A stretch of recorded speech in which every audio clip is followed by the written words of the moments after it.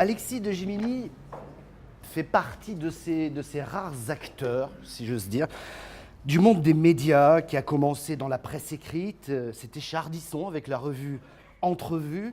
Il lancera ensuite cette revue en Espagne et je ne savais pas que c'était aux côtés de Juan Caño, qui est un incontournable, charismatique patron d'Hachette Espagne. Il a fait quand même beaucoup de choses là-bas et je pense que ça devait être une belle aventure. Mais 2 ans plus tard, il passera avec succès dans la production pour la télévision avant de revenir visiblement à sa grande passion qu'est la musique. Et nous allons le voir parce que la musique, en même temps, il ne l'a jamais vraiment quittée. Quand il rentre chez M6, il dirige M6 Musique et c'est à ce moment-là où, jeune journaliste à BFM, je rencontre Alexis. Lui, il était jeune directeur de... On n'a pas vieilli aussi non plus, hein, faut pas rêver. Et c'est là où on se rencontre pour la première fois. Et c'est là où je le suis aussi quand il s'engage à fond dans Love Story, émission de télé-réalité qui a beaucoup fait parler d'elle, émission qu'il a lancée avec beaucoup de persévérance, de courage, d'opiniâtreté. On est au début des années 2000. Une réussite, une rupture et une réussite de cette émission. Mais il n'oublie pas pour autant sa passion. Il sortira d'ailleurs une chanson du Loft dont la puissance des paroles a marqué toute une génération. Lofter Up and Down. Lofter Move Around. Oh, oh, oh. Lofter Number One, titre inoubliable et qui a marqué toute une génération. J'ai un peu ce sentiment-là. C'est une allégorie de la vie. Hein. C'est vrai. C'est vrai en même temps. Up and down. Mais peu de temps après, Alexis préfère monter le son. Il envoie les décibels dans des vrais programmes musicaux qui sont de vrais succès. Je pense à Popstar ou encore à Nouvelle Star qui ont été de très très belles réussites. Son talent de producteur, Laurent en parlait, l'emmènera ensuite avec Endemol France à produire Beauty Academy. C'est donc ce programme qui a été diffusé en Chine, hein, c'est bien ça. C'est moi qui l'ai produit tout seul, sans il l'a produit tout seul. Sans Endemol. Ah ben voilà, parfait. En tout cas, 100 millions de téléspectateurs, ça pose. Hein. Oui, hein, ça, c'est la Chine. Vraiment respect. Alors vous l'avez compris, Alexis, il aime le monde. Plusieurs expériences et missions dans sa carrière, 3 mois à Singapour, 6 mois à Londres, 4 mois à New York, 4 mois à Barcelone et je dois en oublier. Mais il aime toujours la musique. Oui, la musique, et il le sait, sera la clé de sa réussite à la direction générale de Deezer France, diffuseur de musique disponible dans 180 pays, autrement dit partout dans le monde, pour être très clair. Alexis, merci d'être là. On va commencer basiquement par le début. Présentez-nous Deezer. D'abord, je voudrais vous remercier de votre accueil. Merci de ce portrait. Merci Laurent. Je salue Michel qui est derrière aussi. Puis Laurent Storr qui est là, les amis de la télévision, parce que pour commencer juste en quelques mots, je suis un enfant de la télé, s'il y en a un, en tout cas j'en fais partie. C'est vrai que j'ai eu la chance d'être à des moments clés de l'histoire de la télévision. Juste pour préciser par rapport à ce que disait Laurent, quand aujourd'hui, que ce soit à Deezer ou avant à M6, j'ai eu la chance d'incarner des projets, mais je ne suis pas du tout seul à les réaliser.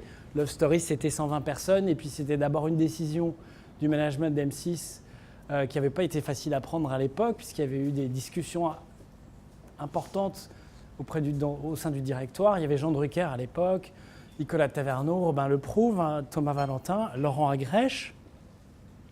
Je sais qu'il y a eu des discussions avec les actionnaires nombreuses, nos amis allemands, puisque M6 appartenait et appartient encore à Bertelsmann. Eux avaient eu un énorme succès et avaient aidé le management de M6 à prendre cette décision. Tout ça pour dire, voilà, moi j'ai beaucoup de chance d'avoir été au milieu de révolutions médiatiques et du monde de l'entertainment, puisque globalement, voilà, s'il y a un lien entre toutes ces actions que j'ai menées, c'est le plaisir de divertir les gens. La musique, évidemment, est centrale dans ce bonheur que j'ai à essayer d'en procurer aux autres. Alors, qu'est-ce que Deezer ? D'abord, Deezer, c'est une entreprise qui a maintenant 10 ans.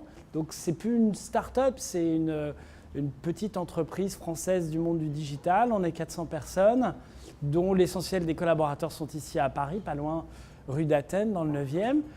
Cette boîte, pendant 10 ans, a vécu un développement à la fois très important et puis associé à ce développement, des enjeux de croissance et de financement qui l'ont vu à plusieurs reprises frôler la faillite. Pour ça, il y a eu heureusement un certain nombre d'investisseurs qui sont venus soutenir l'entreprise. Bon, j'en parlerai peut-être après. Deezer, c'est quoi ? C'est l'un des 3 leaders mondiaux du streaming. Le streaming, c'est une nouvelle manière d'écouter de la musique sans avoir besoin d'acheter un support physique, le CD en l'occurrence, ou le vinyle. mais plutôt de louer un catalogue et l'accès à un catalogue mondial. On a 43 millions de références dans notre catalogue. Nous sommes devant Apple et Spotify, le plus grand catalogue de musique au monde. Ce qui d'ailleurs, d'une certaine manière, fait de nous aussi un peu des historiens, des archivistes de la musique. On reçoit 15 000 références musicales par jour du monde entier. Donc nous avons de la musique indonésienne, japonaise, brésilienne, chilienne, française évidemment. Nous avons donc un accès et négocier les droits de l'exploitation de cette musique dans 180 pays dans le monde. Ça veut dire que nous avons des clients dans 180 pays dans le monde. Et un de nos enjeux, c'est de les servir au mieux de leur goût et de leurs centres d'intérêt musicaux, donc d'avoir un catalogue local fort. En gros, dans le monde, la musique est écoutée à 50% au niveau local, enfin, c'est les artistes locaux, et à 50% des artistes anglo-saxons. Évidemment, aux US et en Angleterre, c'est 100% d'artistes anglo-saxons. Mais dans le reste du monde, c'est un peu ça la répartition. Deezer, c'est plusieurs centaines de millions d'euros de chiffre d'affaires, c'est plus de 10 millions de clients actifs, c'est 4 levées de fonds successives. Cumulées aujourd'hui, on a levé 250 millions d'euros. Quand je dis on, encore une fois, moi je suis chez Deezer que depuis 2 ans. Donc j'incarne là l'histoire de plusieurs managers qui ont fait un boulot fantastique. Donc le fondateur s'appelle Daniel Marelli, un jeune homme de 24 ans qui au départ a créé un blog pirate. Deezer, comme d'autres entreprises de la French Tech, a réussi à se développer en partant d'un talent, donc celui de Daniel, qui a été rejoint par un autre associé, Jonathan Benassaya. Aidé par Xavier et d'autres partenaires, ils ont légalisé ce qui au départ était donc un blog qui partageait de la musique d'une manière illégale. J'en parlais récemment avec Jean-Noël Tron, qui est le président de la SACEM, et David El-Sayed, son secrétaire général, qui me disait qu'ils étaient un peu à l'origine de Deezer, ce qui est vrai, puisque ce sont les premiers à avoir envoyé un courrier de mise en demeure à Blog Music pour leur demander de clarifier et de légaliser l'exploitation des droits musicaux qu'ils utilisaient. Jonathan a aidé Daniel à clearer, comme on dit en anglais, les droits. Les droits dans la musique, c'est les droits des producteurs, ceux qui financent l'enregistrement physique d'un disque et qui rémunèrent les artistes-interprètes. Et ce sont aussi les droits des éditeurs qui représentent les auteurs-compositeurs. Voilà, une œuvre musicale, c'est une succession de créations qui commence par un auteur et un compositeur, qui est parfois d'ailleurs le même que l'interprète, mais pas toujours. Ces gens sont représentés par des éditeurs. Et après, il y a un producteur qui prend le risque de financer l'enregistrement et le fait de mettre sur un support physique la musique. Bref, Deezer, c'est une entreprise qui est donc au cœur de la culture. Nous avons vocation à partager, à rendre accessible la musique dans le monde entier. À ce titre, nous avons un rôle culturel et de diversité très important. Et je pense que c'est une des raisons pour lesquelles les hommes politiques s'intéressent aussi à Deezer. C'est qu'au-delà d'être un succès de la French Tech, nous sommes un agent culturel important. Avec, et je terminerai parce qu'après on pourra en parler plus avant, à la fois des investisseurs qui sont venus nous accompagner depuis 10 ans, première levée de fonds en 2008-2009, puis une deuxième très importante en 2012 et une troisième en 2016. Mais tout aussi important et en parallèle, nous avons été non pas incubés, mais en tout cas soutenus par certains partenaires industriels français et dont l'essentiel et le plus important d'entre eux est le groupe Orange qui nous a, à partir de 2010, apporté un soutien structurant puisqu'ils ont intégré Deezer dans des offres de téléphonie haut de marché pour leurs abonnés au-delà d'à peu près 40 € par mois.